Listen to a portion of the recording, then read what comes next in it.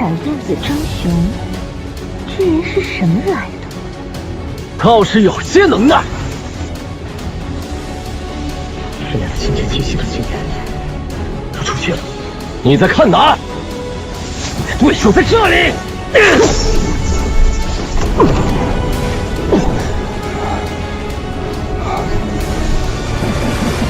谁若再敢上前，休怪我无情。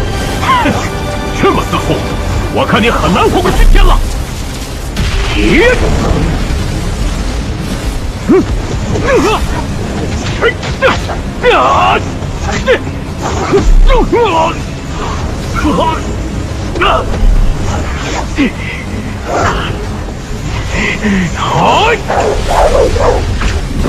天子神藤，青莲竟然这么快就用出了绝技。原来你是太阳神藤殿的神子金烈。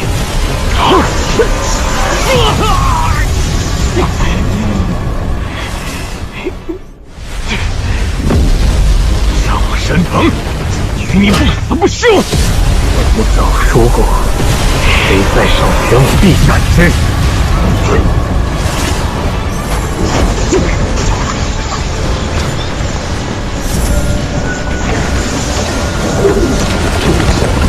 将会吸收我雷电之力。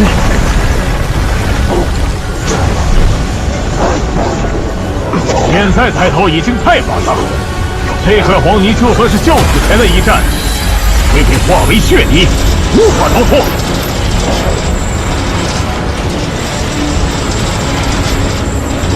至少再撸你两下。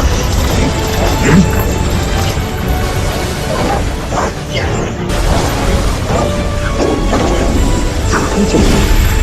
难道是因为前天？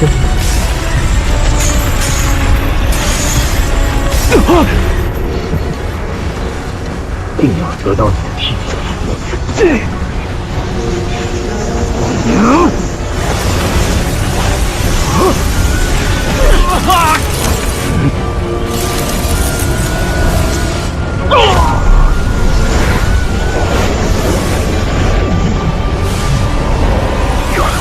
可惜，替命符被他藏在了先天印记之中，非要得到。这是进入传承地的古符。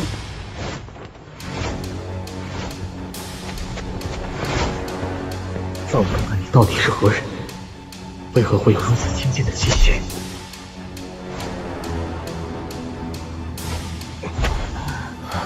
这个人是金烈，来自太阳神藤殿，第一个被斩的初代。年轻至尊争霸，这一下算是真正拉开序幕了。小友，你是与谁对决？是一位善用雷霆的少年魔王。如此高手，极为罕见，总不成一下出现许多。想来定是那杀灭火魔宫人马的少年。他刚刚战败后族年轻王者，而今又杀了初代。莫非接下来要由他来开启初代大战？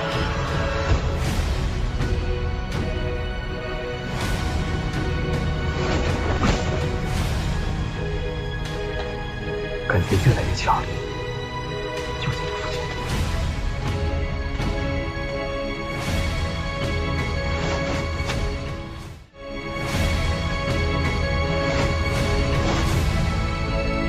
苍生战衣，秦昊，弟弟在此，那青年的气息就出现在附近。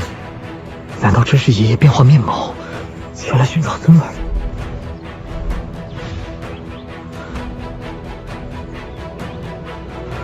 是他，这亲切的感觉。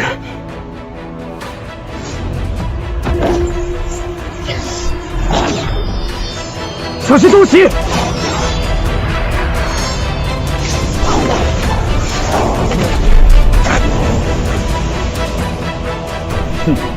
反应倒是很不错，可惜凭你的实力，出现在争夺古符的战场，唯有死路一条。你不过是冥府中的一具死尸罢了，在这里大言不惭，算什么东西？真的是爷爷吗？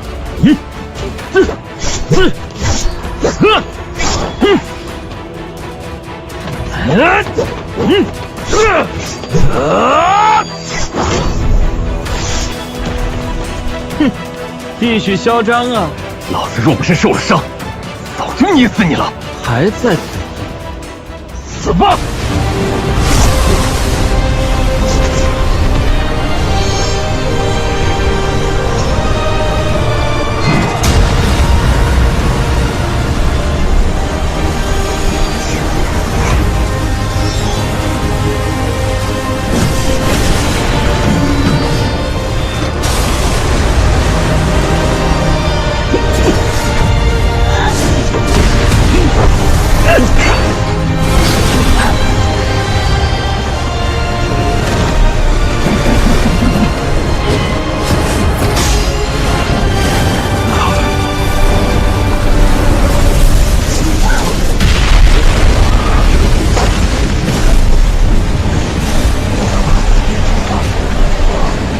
来者何人？我有事找他，你走开。要我走开？听不懂吗？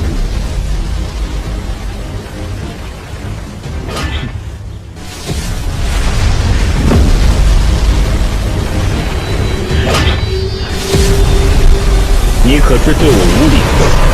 什么下？小心，别让他风景退路。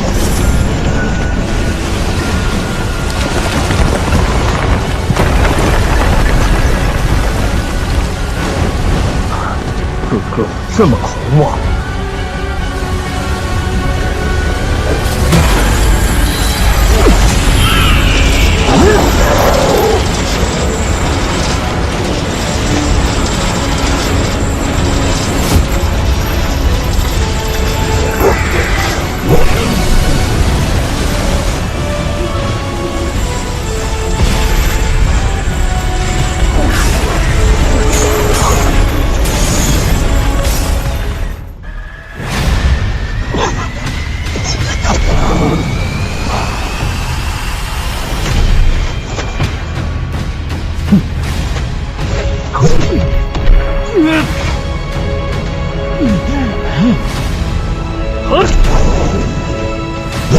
仍有杂而不精的攻击，有何资格说我狂妄？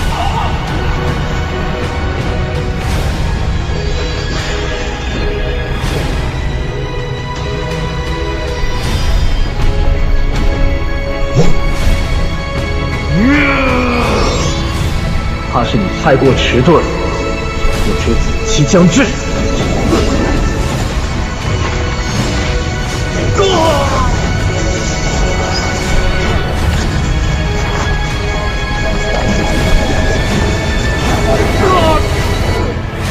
我这杂而不精的攻击怎么样啊？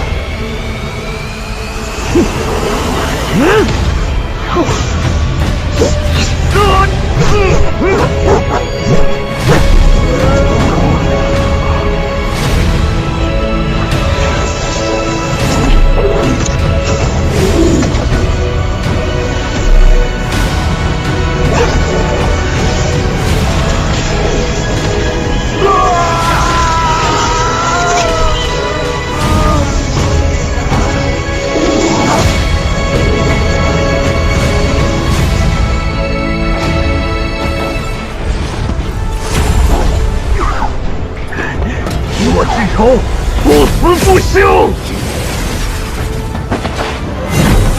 不服气的话可以再来，下次斩你分身。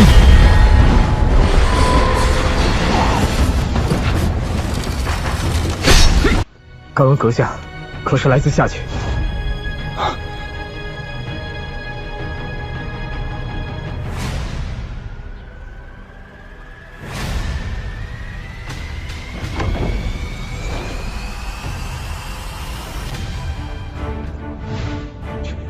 夫子，实不相瞒，我的确来自下界。既然来自下界，那进入秘境必定是为了机缘。我见阁下进入秘境，却不想服骨，只窥探那身穿长生战衣之人。难道这战衣的价值远大于秘境的机缘？我对那些法宝和大道机缘都没兴趣，只不过那身穿战衣之人是我的孙儿。你在下界还有一个孙儿，对吗？他究竟是谁？一再试探我的身份，但不知为何，我完全感觉不到他有恶意。是，我有一孙儿在下界，可惜他已不在世，无法再上来了。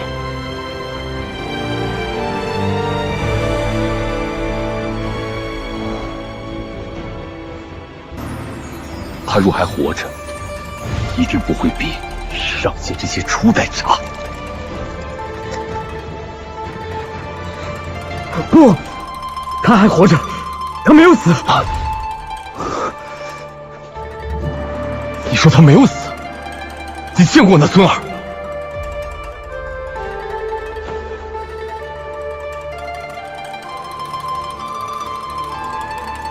爷爷，在恶魔岛，我见过你的人身，虽未能救活，可他的肢体一路追踪至此。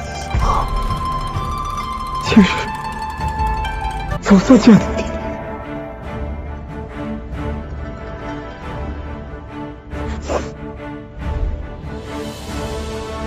你是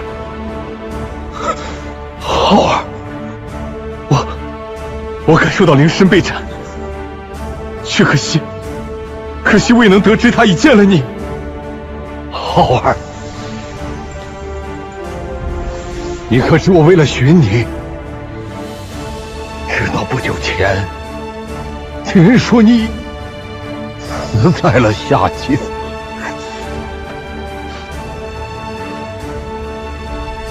大武神的子女，失去一丝至尊骨都能挺过来，灵神。好，说得好，我的浩儿没死，我的浩儿没死。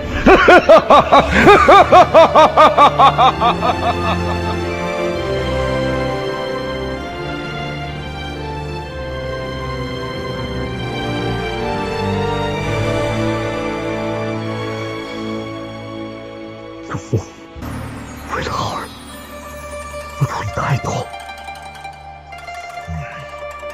无法，如今我已达到孙者境，随时可以断肢重生。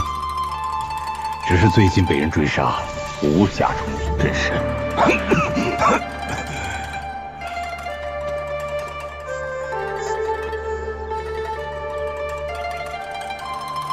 主父，你体内何来如此澎湃的血气，而且好似不受控制？此乃我在恶魔岛上的最大机缘，我尊真血。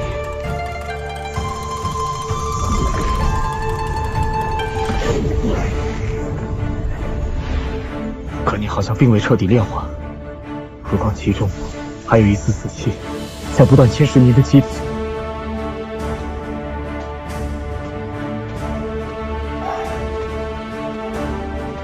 当初吞下时，我就发觉了，一直在克制。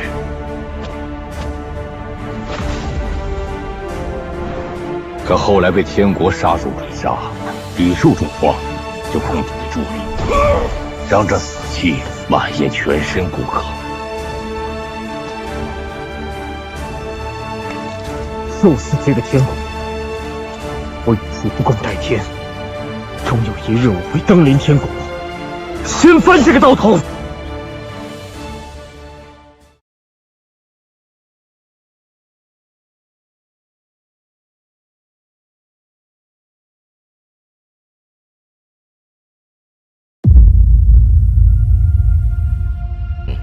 Kali ini yang dibahas adalah kelanjutan dari anime series Perfect World episode ke-77. Pada episode kali ini diperlihatkan Xiao yang terjebak dalam formasi kolam nirvana. Dia juga bersama dengan adiknya. Namun kali ini Xiao pun sedang menghadapi bencana banjir buatan dari leluhur Wu. Diperlihatkan banjir disertai badai pun seperti sedang berada di laut lepas. Si Hao dan Qi Hao pun terseret arus tersebut. Qin Hao pun hampir tenggelam, namun Si Hao pun bergegas menghampirinya.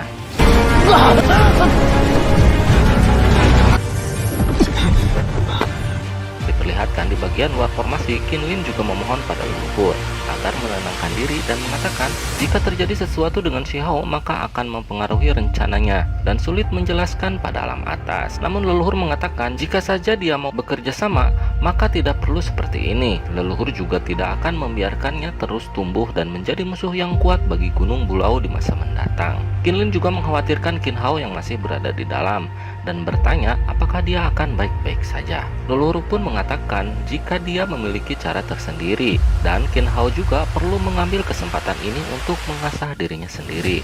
Dia pun mengeluarkan teknik lainnya dan memasukkan ke dalam kolam nirvana.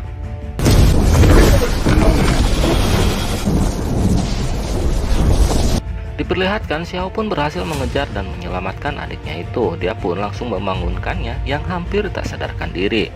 Tak lama, seekor monster muncul dan menyerang mereka berdua. Si Hao pun dengan sigap mendorong adiknya dan menerima serangan itu. Diperlihatkan jika celah yang dibuat oleh ibunya Si Hao memperlihatkan kedua anaknya sedang dalam masalah. Kemudian sang ayah pun menyuruhnya mundur dan dia akan mencoba menghancurkan formasi yang mengurung mereka berdua. Namun karena kekuatan formasi pengurung ini sangat kuat, bahkan membuat si Jiling terpental dan terluka. Dia juga beranggapan formasi ini sangat sulit dihancurkan. Kembali kepada Si Hao, setelah menerima serangan tadi, Si Hao pun dibuat pingsan. Diperlihatkan saat monster itu mau melahap Si Hao, Qin Hao pun datang bergegas menolong dan menghadangnya. Saat Qin Hao mau berbicara dengan leluhur, dia pun malah diserang. Diperlihatkan saat Si Hao pingsan, dalam pikirannya dia pun merasakan jika sosok ayahnya sudah dekat dan sampai sekarang masih belum bisa bertemu dengan mereka berdua.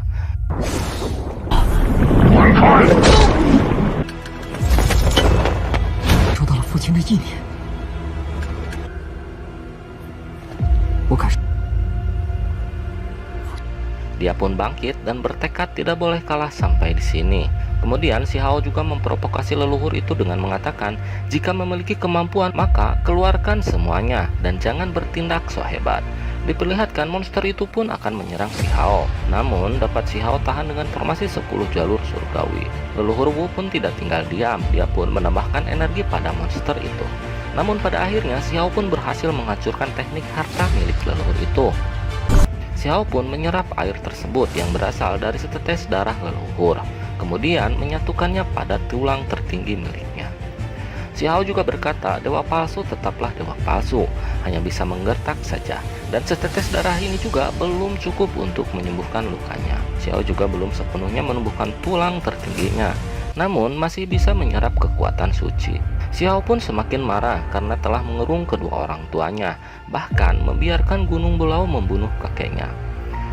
Dan juga mengadu domba dirinya dengan adiknya sendiri untuk saling membunuh. Dia pun berencana mengakhiri ini semua dan menyuruh leluhur itu untuk membayarnya. Diperlihatkan sebuah formasi pun muncul dan leluhur Wu pun masuk ke dalam formasi kolam nirvana. Dia juga mengatakan manusia panas seperti Si Hao berani sekali menantang keagungan dewa berulang kali dan membuatnya marah besar. Leluhur pun berencana menghabisi Si Hao di tempat ini. Dia pun mengeluarkan sehelai rambutnya untuk menghadapi Si Hao. Si Hao pun langsung mengeluarkan teknik lonceng ilahi untuk menahannya. Namun lonceng itu pun retak dan hancur berkeping-keping. Leluhur mengatakan jika Si Hao masih terlalu muda dan jika saja bersedia menyerah pada Gunung Bulau, maka tidak akan mati begitu saja di sini. Diperlihatkan Si Hao pun masih hidup dan menyerang balik leluhur itu. Dia juga mengatakan hanya jurus rendahan seperti ini berani sekali menyebut dirinya dewa. Leluhur kali ini juga sangat bermurah hati, bahkan berinisiatif mengambil tindakan sendiri. Diperlihatkan Shiota juga muncul. Dia juga sudah merasa muak melihat bajingan tak tahu malu ini, bahkan mengaku sebagai dewa di hadapannya. Sungguh sangat memuakkan. Kemudian Xiao pun meminta bantuan Shiota dan semua sebab akibat yang ditimbulkan di sini bisa dimasukkan ke dalam tubuhnya. Namun Shiota mengatakan keputusan memasukkan ke dalam tubuhnya bukanlah dia yang menentukan. Namun dia juga memuji Xiao sangat berani. Dan orang yang mengaku dewa ini berada di ranah api ilahi. Dan Xiao masih di ranah penginformasi tapi masih bisa menahan serangannya. Dan jika bertarung dengannya di ranah yang sama, takutnya dia akan diinjak-injak.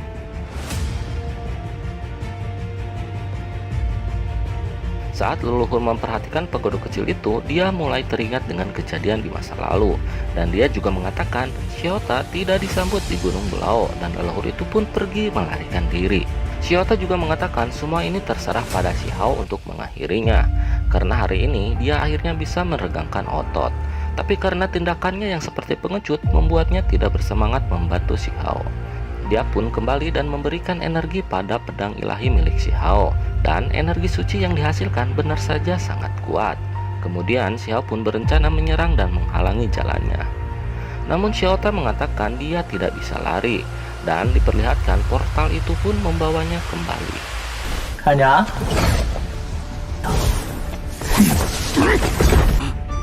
我怎么又回到了这里？